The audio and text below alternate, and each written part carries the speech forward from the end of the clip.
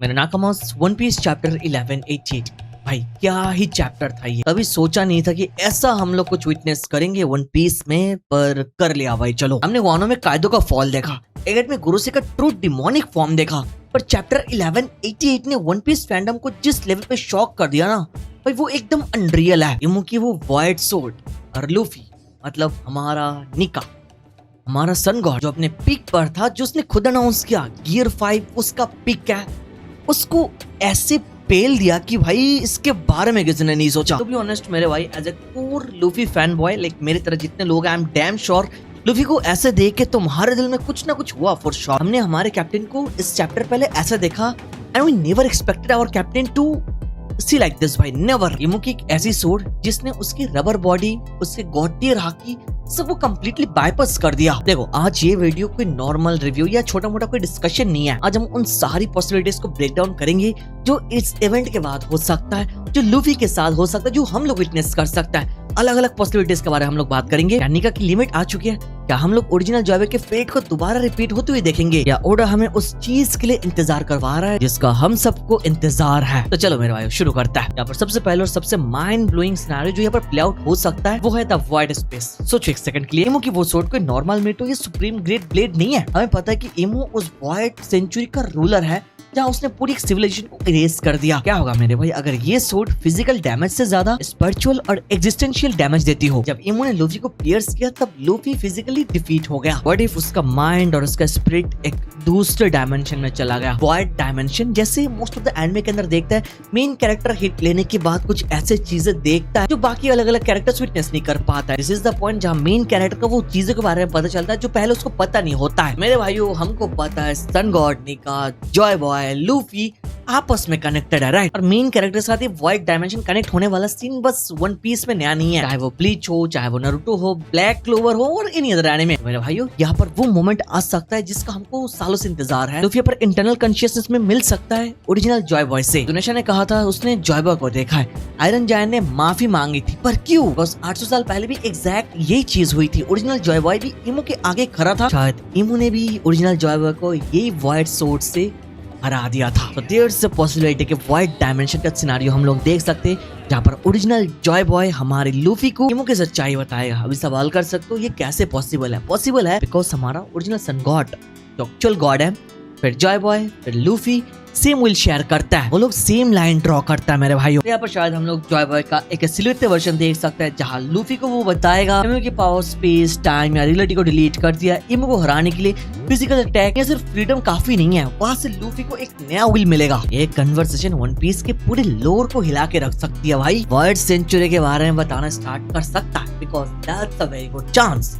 हम लोगों ने देखा लोकी डाउन है, अभी लूफी डाउन है। इमू की पीओवी से देखा जाए तो निधॉक, जॉय बॉय दोनों गिर चुका है, तो इमू के पास अभी कुछ है नहीं करने के लिए, तो शायद वो यहाँ पर स्टोरी बताना स्टार्ट करेगा। उसने पास्ट में भी ये कारनामा कैसे करके रखा, जैसे उसने पहले बताया हिस्ट्री विल रिपीट इटसेल्फ, दोबारा हिस्ट्री रिपीट होगा, तो ये सारे चीजें वो एक एक करके बताना स्टार्ट कर सकता है। And that's a possibility. Luffy still सांस ले रहा है, वो सुन लेगा। वाइड डायमेंशन के थ्रू जॉय बॉय का पूरा विल लूफी इनहेरिट कर लेगा। स्टोरी लूफी को कुछ ट्रिगर कर सकते उसके मेमोरी या फिर उसके डेविल फ्रूट में कुछ अवेकन वगैरह उसके पावर में ला सकता है, जिससे शायद लूफी अपना फुल पोटेंशियल अनलॉक कर सकता है मेरे भाइयों। द फर्स्ट पॉसिबिलिटी जो होने का चांसेस इन ओपिनियन है।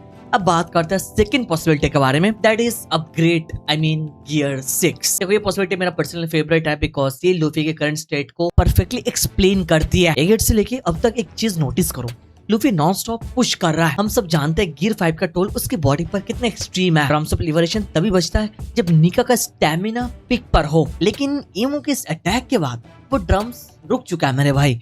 इमू के सामने आकर एक बात क्रिस्टल क्लियर हो गई है, लूफी पावर वाइज और स्टेमिना वाइज कंप्लीटली एग्जॉस्टेड है। यहाँ पर क्लियरली निका की फ्रीडम इमू की एब्सोल्यूट कंट्रोल और डार्क पावर के सामने लिमिट हिट कर चुकी है भाई 100%। स्पेशली व्हेन यू रियलाइज जब इमू लूफी को ये हिट देता है तब क्या बोलता है, लूफी जॉय बॉय नहीं है बिकॉज जॉय बॉय इतना कमजोर नहीं था। That's a total disrespect to Luffy मेरे भाई। यहाँ पर लूफी को इमू ने मार के रोस्ट नहीं किया, फ्राई करके जला के खा गया भाई। अगर लूफी को इस लेवल के गॉड टियर ओपोनेंट को हराना है तो सिर्फ हंसने और इमेजिनेशन से काम नहीं चलेगा भाई, उसका फिजिकल फाउंडेशन हिल चुका है ब्रो। तो अब क्या, सर्वाइवल तो बिल्कुल नहीं, अब टाइम आ चुका है एवोल्यूशन का। जब बॉडी 100% एग्जॉस्टेड हो तब डेविल फ्रूट पर डिपेंड हुआ नहीं जा सकता। Hear me out when I से दिस, जब इमू यहाँ पर सेलिब्रेट करेगा इस विन को, तब सडनली लूफी जमीन पे पड़े होकर स्माइल करके बोल सकता है गियर 6। ब्रो, ये सिंगल वर्ड सबका माइंड फक कर देगा भाई। Luffy saying the word gear 6 would blow everyone's mind and even it could break the internet for sure, because gear 5 का एग्जॉशन लेवल, इसका लिमिट ऑलरेडी देख लिया भाई। लूफी इसको लेके इमो को डिफीट कर ही नहीं सकता, मार्क माय वर्ड। और ये सेम सिचुएशन के थ्रू लूफी को जाते हुए देखा, कायदो से वो एक बार नहीं 3 बार डिफीट हुआ। अनदर टाइम हम लोग को लग गया था कि भाई एट दिस पॉइंट कायदो को लूफी डिफीट कर ही नहीं पाएगा। फिर आगे जाके लूफी के गियर में हम लोगों ने अपग्रेड देखा, उसने बोला गियर 5। इससे बस वन पीस कम्युनिटी नहीं, एंटायर एनिमे कम्युनिटी हिल चुका था भाई। और उसके सामने अभी कायदो नहीं, फाइनल विलन खुद खड़ा है। तो यहाँ पर एक पावर अप, एक न्यू गियर आने का चांसेस 90% बोलूंगा मैं। और हमको पता है जब मेन कैरेक्टर का हाल ऐसा हो जाता है, जब उसके सामने फाइनल विलन आता है और हाल ऐसा कर देता है, तो भाई मेन कैरेक्टर का पावर अप तगड़ी लेवल पर जाती है। यहाँ पर गियर 6 देखने का चांसेस बहुत ज्यादा है। जब इमो को लगेगा सब कुछ खत्म है, इमो शायद और भी तहलका मचाएगा, चांस को और भी स्ट्रगल करवाएगा, बच्चों के पेरेंट्स को टॉर्चर करेगा, फुल डोमिनेट करेगा, लूफी के क्रू को पिलेगा, किसी के पास कोई ऑप्शन नहीं होगा, तब जाके फाइनली लूफी दोबारा खड़ा हो सकता है गियर 6 बोल के। ऐसे मोमेंट पर जब एक हीरो की जरूरत होगी सबसे ज्यादा, गियर 6 में लूफी के हम लोग एक ऐसी फॉर्म देख सकता है जहाँ निका के कार्टूनिश नेचर को छोड़कर अपने प्योर हाकी और विल पावर को अल्टीमेट लिमिट तक पुश करेगा। एक ऐसे स्टेज जो जॉय बॉय भी अचीव नहीं कर पाया था भाई। या लूफी हंसेगा नहीं, बल्कि उसकी आंखों में एक एब्सोल्यूट सीरियस डिटर्मिनेशन होगी। इमो नेचुरल लॉ से बाहर है, तो लूफी को भी अपने लिमिट ब्रेक करके एक नई रियलिटी बनानी पड़ेगी भाई। That is my wild prediction मेरे भाई। अब बात करता है possibility number 3, the rescue mission, the entry of monkey D dragon. हाँ भाई, ये तीसरी पॉसिबिलिटी फैंडम में आग लगा देगी फॉर श्योर। तुम्हारा कैप्टन मरने की हालत में पड़ा है, तुम्हें लगता है कि जोरो और सांजी शांति से खड़े रहेंगे। नहीं भाई, मॉन्स्टर ट्रक के बचे हुए दोनों पिलर्स और एल्फ के जायंट्स अपनी जान बाजी लगा देंगे इमो पर चार्ज करने के लिए। बिकॉज स्ट्रॉ हेड्स जब देखेंगे लूफी उनका कैप्टन ऐसे हाल पर है, तो वो लोग बिना कुछ सोचे चार्ज करेंगे। जायंट्स लूफी का फ्लीट यहाँ पर चार्ज करेंगे, लेकिन इमो के आगे उनकी पावर अभी काफी नहीं है, इतना हमको पता है। इमो बस लूफी नहीं, धोक को नहीं, ऐसा हो सकता है सब लोगों को पील सकता है। फिर आगे लूफी को फाइनल ब्लो करने वाला होगा, तब भी अचानक से मौसम बदल जाएगा। आसमान में डार्क क्लाउड्स, एक मैसिव विंड स्टॉर्म और एक ग्रीन गस्ट ऑफ विंड उस अटैक को डिफ्लेक्ट करेगी। और फ्रेम में एंट्री होगी the world's worst criminal Monkey D Dragon की। भाई लोग गूज़बम्स आ गया ना, सच्ची बताना। हमको पता है रेवोल्यूशनरी आर्मी का अल्टीमेट गोल हमेशा से वर्ल्ड गवर्नमेंट और इमो को गिराना था। और जब बात अपने बेटे की लाइफ पर आ जाए, तो ड्रैगन ऐसे चुप नहीं बैठने वाला है। ताबो ने ऑलरेडी एक भाई को खो दिया, दूसरे भाई को खोने नहीं देगा। Just imagine dragon coming to save his child. इससे बेटर ड्रैगन की एंट्री हो ही नहीं सकता भाई। अभी तक ड्रैगन मूव किया नहीं पूरे एनिमे के अंदर, अपने बेटे के लिए उतना ज्यादा कुछ कर नहीं पाया।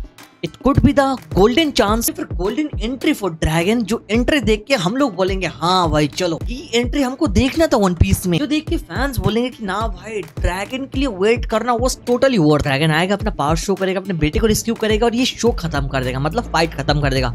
फाइट खत्म करने से मैं यहाँ पर इमो को डिफीट करने की बात नहीं कर रहा। हमको पता है इमो बहुत टाइम से यहाँ पर फाइट कर रहा है और इमो यहाँ पर अपने लिमिट पे शायद होगा। उसकी पावर के लिमिट की बात नहीं कर रहा, बिकॉज वो फाइनल विलन, उसके पास उतना पावर है, वो अपनी बस बेस फॉर्म में है। बट हमको पता है इमो के पास एक लिमिट है, जितने टाइम तक वो कैसल से बाहर रह सकता है। शायद ऐसा हो सकता है ड्रैगन से अटैक लेने के बाद वो जो उसका टाइम लिमिट है वो शायद खत्म हो सकता है, जिससे वो पुश बैक हो जाएगा और अपने कैसल में जाने में मजबूर होगा। That will be short time victory for us, जहाँ बाप बेटे को बचाएगा। इसी के साथ बैडेस्ट एंट्री होगी, बाप बेटे का रियूनियन देखेंगे। ड्रैगन के नाम में जो धब्बा लगा, ये धब्बा भी हट जाएगा और ड्रैगन के स्टॉक पे लोग पैसे लगाना दोबारा स्टार्ट करेंगे फॉर श्योर, अगर ये पॉसिबिलिटी हो तो।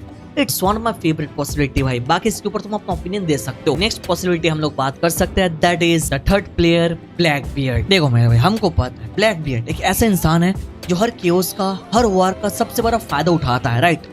मार्शल लिटिज कुरोहिगे। देखो हमें पता है इमो की पावर वाइड या डिस्ट्रक्शन रिलेटेड है और डेमन रिलेटेड पावर होल्ड करता है, पर जो ब्लैक बियर्ड है, ब्लैक बियर्ड की पावर डार्कनेस या ग्रेविटी से आती है, राइट? जब इमो का पूरा फोकस लूफी और निका को मिटाने पर होगा, ये टाइम बेस्ट होगा ब्लैक बियर्ड के लिए अपने मूव चलने का। स्पेशली जब तुमको पता चलता है it's been quite a long time, black beard को नहीं दिखाया जा रहा है, वो कहाँ पर है, क्या कर रहा है, तो सडन एंट्री यहाँ पर हो जाएगी। चांसेस कम है बट स्टिल मैं बता रहा, अगर हो जाएगी तो एक तरफ निका, निधॉक, इमो और दूसरी तरफ the most opportunistic guy black beard, और हमको पता है इमो के चेम्बर में बहुत ब्लैक बियर्ड एंड लूफी का पोस्टर है, राइट। दोनों का एक जगह पे होना सेंस बना सकता है, पॉसिबिलिटी कम है और हो जाए तो मजा आ जाएगा। There is another realistic possibility मैं बोलूंगा, दैट इज यहाँ पर लूफी सच्ची में डिफीट ही हो सकता है। Yes, you heard it right.